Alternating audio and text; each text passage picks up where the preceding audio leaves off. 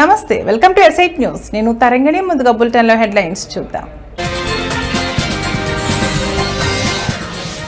తిరుమలలో ఘనంగా ప్రారంభమైన శ్రీవారి జ్యేష్ఠాభిషేకం. శ్రీవారి ఉత్సవాల్లో భారీ సంఖ్యలో పాల్గొన్న భక్తజనం.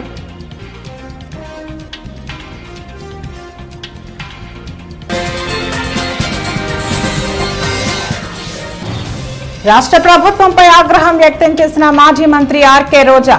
సీఎం చంద్రబాబు హామీలను వదిలేసి డైవర్షన్ పాలిటిక్స్ చేస్తున్నారని ఆరోపణ.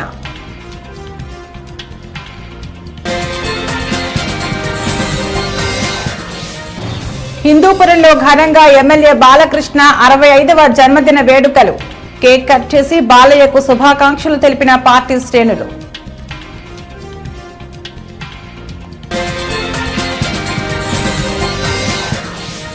జనగాం జిల్లా టీపీసీసీ ఉపాధ్యక్షురాలిగా ఝాన్సీ రాజేందర్ రెడ్డి. నియోజకవర్గానికి వచ్చిన ఝాన్సీ రాజేందర్ రెడ్డికి ఘన స్వాగతం పలికిన ఎమ్మెల్యే పార్టీ శ్రేణులు.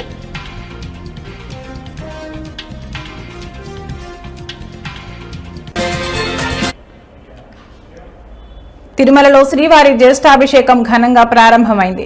ఉత్సవాల్లో భాగంగా సంపంగి ప్రదక్షిణల్లో ఉన్న కళ్యాణ మండపంలో స్వామివారికి ఉదయం సాయంత్రం ప్రత్యేక కార్యక్రమాలు నిర్వహించారు. ఋత్వికులు శాంతి హోమం నిర్వహించారు. శతకలశ ప్రతిష్ఠ ఆవాహన, నవకలశ ప్రతిష్ఠ ఆవాహన, కంకణ ప్రతిష్ఠ నిర్వహించారు. ఈ కార్యక్రమంలో భారీగా పాల్గొన్న భక్తులు స్వామి అమ్మవార్లకు మొక్కులు చెల్లించుకున్నారు. గోవిందా ఏడుకొండలవాడ వెంకటరమణ గోవింద గోవింద. ద్వాపరే వాసుదేవశ్చ సమో దేవో న భూతో న భవిష్యతి లో చేస్తారు. స్వర్ణ కవచ ప్రతిష్టను చేస్తారు స్వామికి. ఇప్పుడు మనందరి యొక్క పూర్వజమే పోస్తారు. చక్కగా సంకల్పాన్ని చెబుతూ ఉన్నారు. భక్తులారా, మీరందరూ కూడా పలకవలసింది. ఓం నమో వెంకటేశాయ. చక్కగా జ్యేష్ఠాభిషేక సదవకాశం ఒక మహద్భాగ్యం. జ్యేష్ఠాభిషేకమన నీరాజనాన్ని దర్శించి గోవింద నామాన్ని మనస్సులో స్మరించి తరించవలసిందిగా మరీ మరీ కోరుకుంటూ ఉన్నాం. ప్రత్యక్షంగా కావచ్చు, పరోక్షంగా కావచ్చు, స్వామి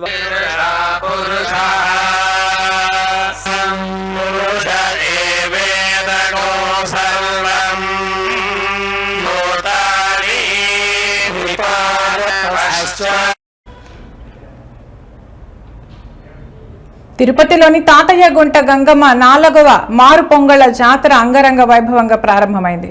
గంగమ్మ జాతర తర్వాత వచ్చే 5 మంగళవారాలు మారు పొంగుళ్లు పెట్టడం ఆనవాయితీగా వస్తుంది. ఈ జాతరలో అమ్మవారిని వజ్రాభరణాలు, పట్టు వస్త్రాలు, తామర పుష్పాలతో శోభాయమానంగా అలంకరించి భక్తులకు దర్శన భాగ్యం కల్పించారు. రాయలసీమ రంగస్థలం చైర్మన్ గుండాల గోపీనాథ్ రెడ్డి ఆధ్వర్యంలో నిర్వహించిన ఈ కార్యక్రమంలో కళాకారులు వివిధ పౌరాణిక వేషధారణలతో అమ్మవారికి మొక్కులు చెల్లించుకున్నారు. ఈ కార్యక్రమంలో చైర్మన్తో పాటు మండలి సభ్యులు పాల్గొన్నారు.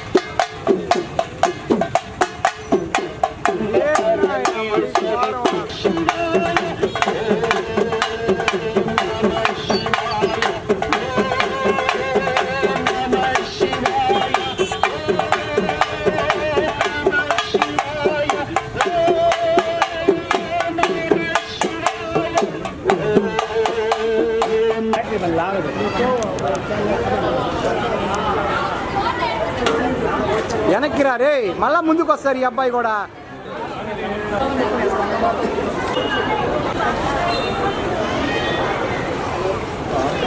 ఈరోజు 4వ మంగళవారం అత్యంత వైభవంగా గంగ జాతర లాగానే ఈరోజు 4వ మంగళవారం. ఈరోజు ఉదయమే గంగమ్మ తల్లికి ప్రత్యేక అభిషేక పూజలు దేవస్థానం వారు చేపించి అటు తర్వాత తామర పుష్పాలతో గంగమ్మని అలంకరించి మాకంతా దర్శన భాగ్యం కల్పించారు. దేవస్థానం ఈవో జయకుమార్ గారికి ప్రత్యేక ధన్యవాదాలు తెలుపుతున్నాము. ప్రతి వారము జాతర తర్వాత 5 మంగళవారాలు కళాకారులు ప్రతి ఒక్కరూ స్థానికులు వచ్చి వివిధ వేషధారణలతో అమ్మవారిని దర్శించుకుంటున్నాము. రేపు 5వ మంగళవారం కూడా ఇదే విధంగా అమ్మవారిని దర్శించుకున్నాము. ప్రతి ఒక్కరూ వచ్చి రేపు 5వ మంగళవారం ప్రతి మంగళవారం జాతరగానే జరుగుతుంది.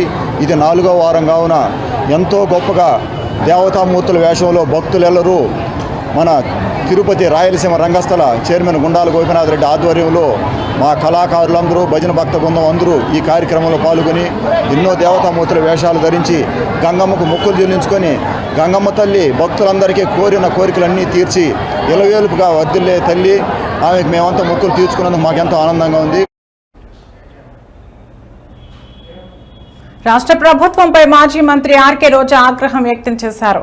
కూటమి ప్రభుత్వం అధికారంలోకి వచ్చాక ఏపీలో ఆడబిడ్డలకు రక్షణ లేకుండా పోయిందన్నారు.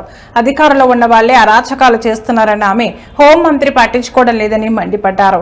సీఎం చంద్రబాబు హామీలను వదిలేసి డైవర్షన్ పాలిటిక్స్ చేస్తున్నారని ఆరోపించారు. రాష్ట్రంలో రెడ్ బుక్ పేరుతో అల్లకల్లోలం సృష్టిస్తున్నారని ఆవేదన వ్యక్తం చేశారు. ఈరోజు ఆ కుటుంబం మొత్తం ఆ ఊరు వదిలేసి వెళ్ళే పరిస్థితి ఏర్పడింది. ఆడపిల్ల ప్రాణాలు తీయటం, మానాలు తీయటం వీళ్ళకి సహజమైపోయింది. దానికి హోంమంత్రి గారు అండగా నిలబడటం అనేది సిగ్గుచేటు. ఇవన్నీ జరుగుతుంటే ఎక్కడ తమ తప్పులు బయటపడతాయో అని ఈరోజు వాళ్ళు చేస్తున్న డైవర్షన్ పాలిటిక్స్ మనం ఒకసారి గమనించాలి. ఎందుకంటే ఇదే పవన్ కళ్యాణ్ గారు అధికారంలో రావటానికి ముందు మహిళలకి నేను అండగా ఉంటాను, మహిళలకి ఇబ్బందికరమైన ఏవి చేసినా ప్రభుత్వాన్ని నిలదీస్తాను, తప్పు చేసిన వారిని శిక్షిస్తానని మాట్లాడిన పవన్ కళ్యాణ్ గారు ఈ రాష్ట్రంలో ఎక్కడ మహిళలకు అన్యాయం జరిగినా ఈ రోజుటి వరకు నోరు తెరవలేదు. తప్పు చేసిన వారిని శిక్షించమని ప్రభుత్వం మీద ఒత్తిడి తీసుకురాలేదు. అది అనంతపురం అయినా, పిఠాపురం అయినా, తిరుపతి అయినా, అమరావతి అయినా ఎక్కడ ఏ మహిళకు అన్యాయం జరిగినా ఆయన పట్టించుకోకపోవడం రాష్ట్రంలో ఉన్న మహిళలందరూ కూడా గమనించాలని ఈ సందర్భంగా తెలియజేసుకుంటున్నాను. హోంమంత్రి గారుగా తన అధికారాన్ని ఉపయోగించి ఆడవాళ్ళని కాపాడాల్సిన అనిత గారేమో నా దగ్గర లాఠీ ఉందా, నా భుజాన గన్నుందా, నేనేం చేయగలను మాట్లాడిన గొప్ప వ్యక్తి. అలాంటప్పుడు మీకు చేత కాకపోతే మీరు ఫెయిల్యూర్ హోంమంత్రి అని తెలిసినప్పుడు ఎందుకు పక్కకి తప్పుకోవటం లేదు? ఈరోజు డైవర్షన్ పాలిటిక్స్ లో రెడ్ బుక్ రాజ్యాంగం అంటూ పోలీసుల్ని కేవలం వైఎస్ఆర్ కాంగ్రెస్ పార్టీలో ఉన్న నాయకులకి, సింపథైజర్స్ కి తప్పుడు కేసులు పెట్టి వాళ్ళని అరెస్ట్ చేయించి వాళ్ళ జీవితాలు నాశనం చేయడానికే ఉపయోగిస్తున్నారు కదా. నిన్నైతే మరీ ఘోరమైన విషయం. అసలు ఇది రెడ్ బుక్ రాజ్యాంగానికి పరాకాష్ట. కొమ్మినేని శ్రీనివాసరావు గారు అంటే చేతులెత్తి నమస్కరిస్తారు. అంత గొప్ప జర్నలిస్ట్. 70 ఏళ్ల వయసులో ఆయన మీద ఎస్సీ ఎస్టీ తప్పుడు కేసు పెట్టి ఈరోజు హిందూపురంలో ఎమ్మెల్యే బాలకృష్ణ 65వ బర్త్డే వేడుకలు ఘనంగా నిర్వహించారు. గ్రంథాలయ పరిషత్ చైర్మన్ గోనుగుంట్ల కోటేశ్వరరావు ఆధ్వర్యంలో నిర్వహించిన ఈ కార్యక్రమంలో పెద్ద సంఖ్యలో పాల్గొన్న టీడీపీ శ్రేణులు కేక్ కట్ చేసి బాలకృష్ణకు జన్మదిన శుభాకాంక్షలు తెలిపారు. మానవత్వం యొక్క నిలువెత్తు నిదర్శనం నందమూరి బాలకృష్ణ అని కోటేశ్వరరావు అన్నారు. బాలయ్య బాబు ఆయురారోగ్యాలతో నిండు నూరేళ్లు జీవించాలని ఆకాంక్షించారు.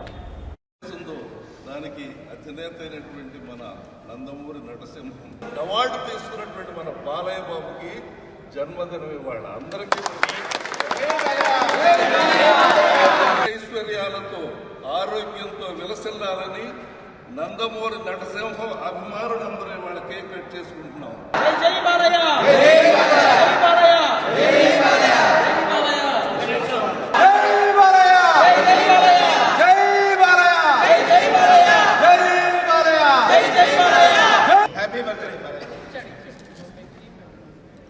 నీకే ఇంత 65 ఆంధ్రప్రదేశ్ రాష్ట్ర గ్రంథాలయ పరిషత్ చైర్మన్ ఈ రోజున బాబు బర్త్డేని ఇంత ఘనంగా చేయడానికి మాకందరికీ అదృష్టం కలిగినందుకు సంతోషపడుతూ జై హో బాలయ్య, జై బాలయ్య. అందరూ చరిత్ర సృష్టి సందర్భంగా యావత్ తెలంగాణ, ఆంధ్రప్రదేశ్, భారతదేశంలో ఉన్నటువంటి తెలుగు ప్రజలందరూ కూడా ఘనంగా ఈరోజు జరుపుకుంటున్నాం. బాలయ్య బాబు అంటే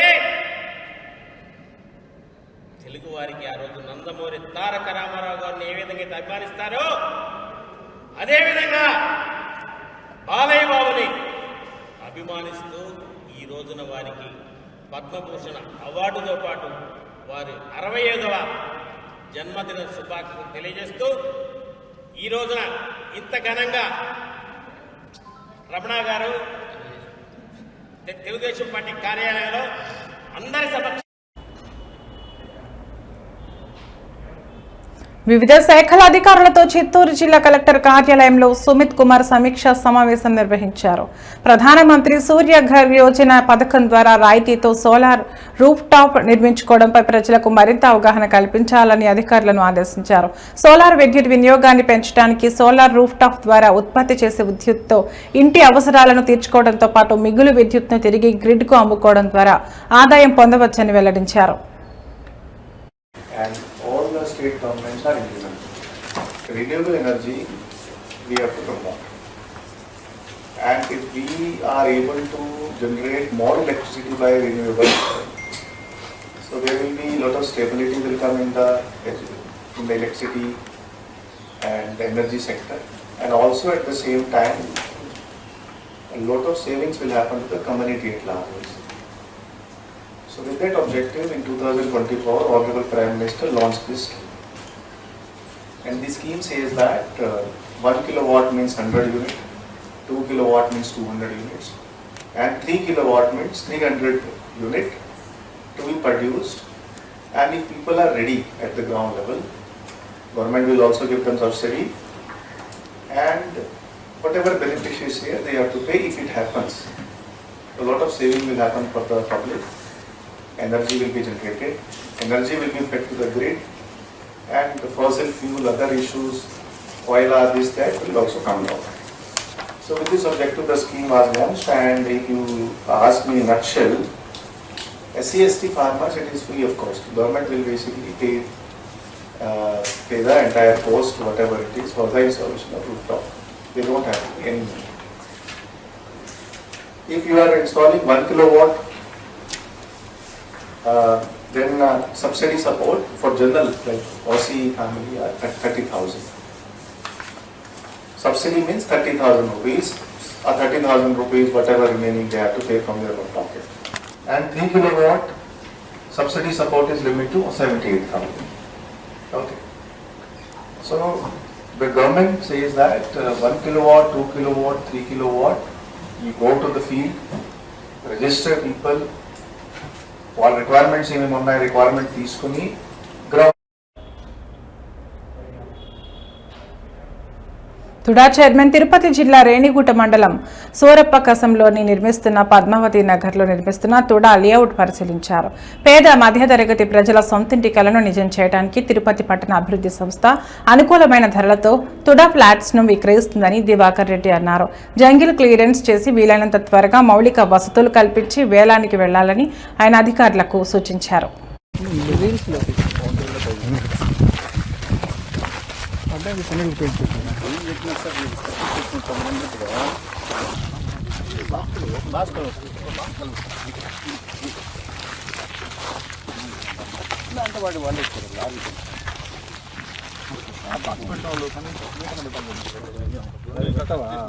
ఉన్నాయి 1 మీటర్ 1.2 కూడా ఉన్నాయి. వాటి డిశ్చార్జ్ బట్టి ఇచ్చుకుంటా పోయి అదే 2 ఫీట్ అందుకు 1 మీటర్ ఉంటేనే బాక్స్ కలెక్ట్ పెద్ద పెద్ద దానివల్ల బైక్ కలెక్ట్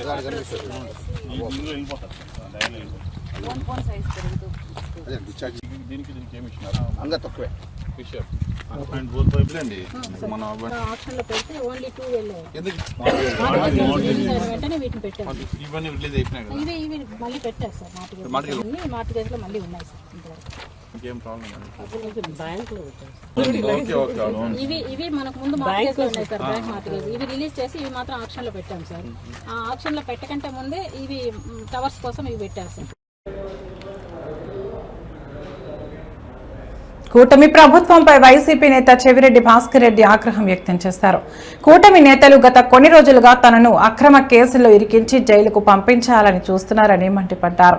తాను కేసులకు తాను భయపడనని, పైన దేవుడున్నాడని వెల్లడించారు. సిట్ అధికారులు, కొందరు పోలీసు అధికారులు పడుతున్న తపన తాపత్రయం నిజంగా కూడా బాధాకరం. గత 12 నెలలుగా ఎప్పుడు కూడా ఎక్కడ కూడా కొన్ని వందల మందిని మీరు విచారించినప్పటికీ ఎక్కడా లేనటువంటి చెవిరెడ్డి భాస్కర్ రెడ్డి అనే పేరు ఎప్పుడు ప్రస్తావనకి రానటువంటి చెవిరెడ్డి భాస్కర్ రెడ్డి అనే పేరును ఇప్పుడు ఏదో ఒక రకంగా లిక్కర్ కేసులో ఇరికించాలి, జైలుకు పంపాలి, అరెస్ట్ చేయాలి, ఇబ్బందులు పెట్టాలి, అన్ని రకాలుగా అతన్ని ఇబ్బంది పెట్టి వేడుక చూడాలనుకుంటున్నారు. అందుకోసం అనేక మంది అమాయకులను అనేక రోజులుగా తీసుకెళ్లి ఇబ్బంది పెడుతున్నారు. అందులో భాగంగా మొన్న గిరి అనే కానిస్టేబుల్ని తీసుకెళ్లి 5 రోజులు ఇబ్బంది పెట్టారు. ఆ తర్వాత వెంకటేశ్వర అనే అతన్ని వైపుని ఒక చిన్న బెడ్తో పాటు తీసుకెళ్లి 3 రోజులు ఇబ్బంది పెట్టారు. ఇప్పుడు బాలాజీ అని బాలాజీతో పాటు మరికొంతమందిని తీసుకెళ్లి గత ఆదివారం నుంచి నానా ఇబ్బందులు పెడుతున్నారంట, నరకం చూపిస్తున్నారంట. కాళ్ళు చేతులు కట్టేసి వాళ్ళకి నరకబెట్టుందో చూపిస్తున్నారు. కారణం ఒకటే, వాళ్ళు అడిగేది ఒకటే, మీరు సంతకాలు పెట్టాలి, భాస్కర్ రెడ్డికి సంబంధం ఉంది, మీరు వీడియో, మీకు చెప్పినటువంటి స్క్రిప్ట్ని వీడియో చేయాలి అని ఒక రహస్య ప్రదేశంలో పెట్టి, సిట్లో కూడా కాదు, గత 3 రోజులుగా ఆదివారం నుంచి ఈరోజు మంగళవారం ఒక రహస్య ప్రదేశంలో పెట్టి వాళ్ళకి నరకం చూపిస్తున్నారు. మీరు ఏం సాధించబోతారో అర్థం కావడం లేదు, మీరు ఏం సాధించాలనుకుంటున్నారో అర్థం కావడం లేదు. అరెస్ట్ చేయాలనుకుంటే అరెస్ట్ కావడానికి సిద్ధంగా ఉన్నామని చెప్పాం. మీరు శిక్షించాలనుకుంటే శిక్షించడానికి శిక్షలు ఎదుర్కోవడానికి అన్యాయంగా మీరు ఏ శిక్ష. తిరుపతిలో శ్రీ గోవిందరాజస్వామి వార్షిక బ్రహ్మోత్సవాలు ముగిశాయి. ఉత్సవాల చివరి రోజు స్వామివారికి అర్చకులు చక్రస్నానం వైభవంగా నిర్వహించారు. ముందుగా ఉదయం పల్లకీపై స్వామివారు ఆలయ 4 మాడవీధుల్లో ఊరేగించారు. భక్తులు అడుగడుగున కర్పూర హారతులు వెలిగించి స్వామివారికి మొక్కులు తీర్చుకున్నారు. ఇక సాయంత్రం అర్చకులు స్వామివారిని మాడవీధులలో ఊరేగించారు.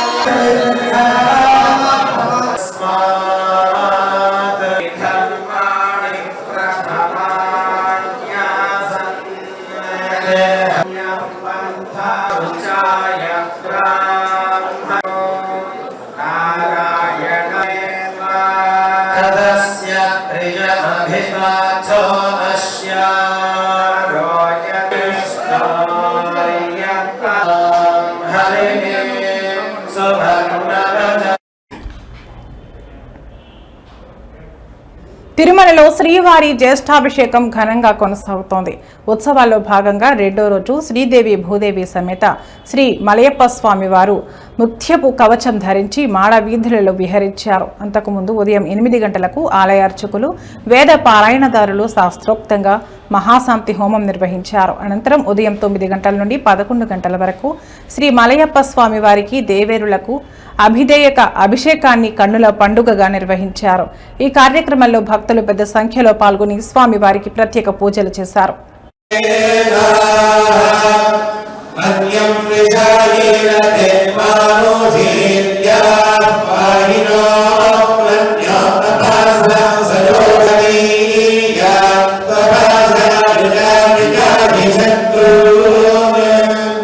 అమిత్రః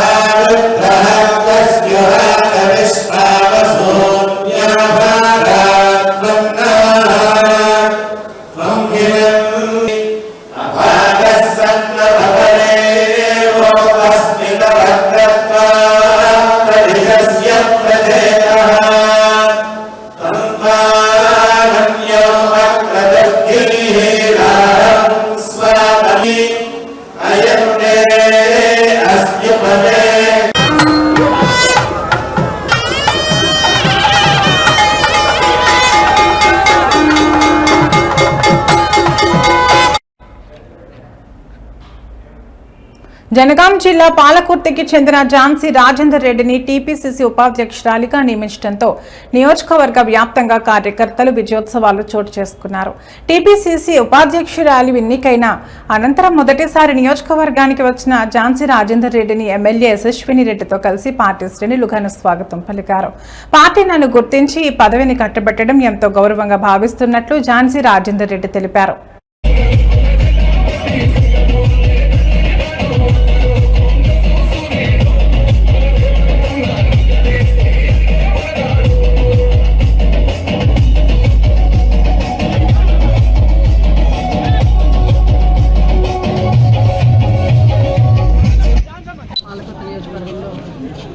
పీసీసీ వైస్ ప్రెసిడెంట్గా వచ్చినందుకు మా కార్యకర్తలందరూ, మా లీడర్స్ అందరూ, మా పాలకుర్తి ప్రజలందరూ కూడా ఈరోజు పెద్ద ఎత్తున సెలబ్రేట్ చేసుకోవడం జరిగింది. సో అదేవిధంగా మన అధిష్టానానికి కానీ, మరి మన సీఎం రేవంత్ రెడ్డి గారికి కానీ, మరి పీసీసీ ప్రెసిడెంట్ మహేష్ గౌరవ్ గారు కానీ, మరి అదేవిధంగా అందరు నాయకులందరికీ, మరి మినిస్టర్లందరికీ కూడా నా తరఫున, మా పాలకుర్తి ప్రజల తరఫున కూడా కృతజ్ఞతలు చెప్పుకుంటూ, మరి ఏ టాస్క్ ఇచ్చినా కానీ పీసీసీ వైస్ ప్రెసిడెంట్గా తప్పకుండా నేను దాని బాధ్యతలు ఇచ్చి తప్పకుండా డిస్ట్రిక్ట్ చేస్తానని ఈ సందర్భం తరఫున చెప్తున్నా. సో అదేవిధంగా మన ఎమ్మెల్యే గారికి కూడా కృతజ్ఞతలు చెప్తూ, పాలకుర్తి ఎమ్మెల్యే గారికి కూడా మరి ఏదున్నా కానీ మరి పీసీసీ వైస్ ప్రెసిడెంట్గా మన పీసీసీ ప్రెసిడెంట్కి. ఇవి ఇప్పటి వరకున్న బులెటిన్ అప్డేట్స్. మరో బులెటిన్లో మళ్ళీ కలుద్దాం. నమస్తే.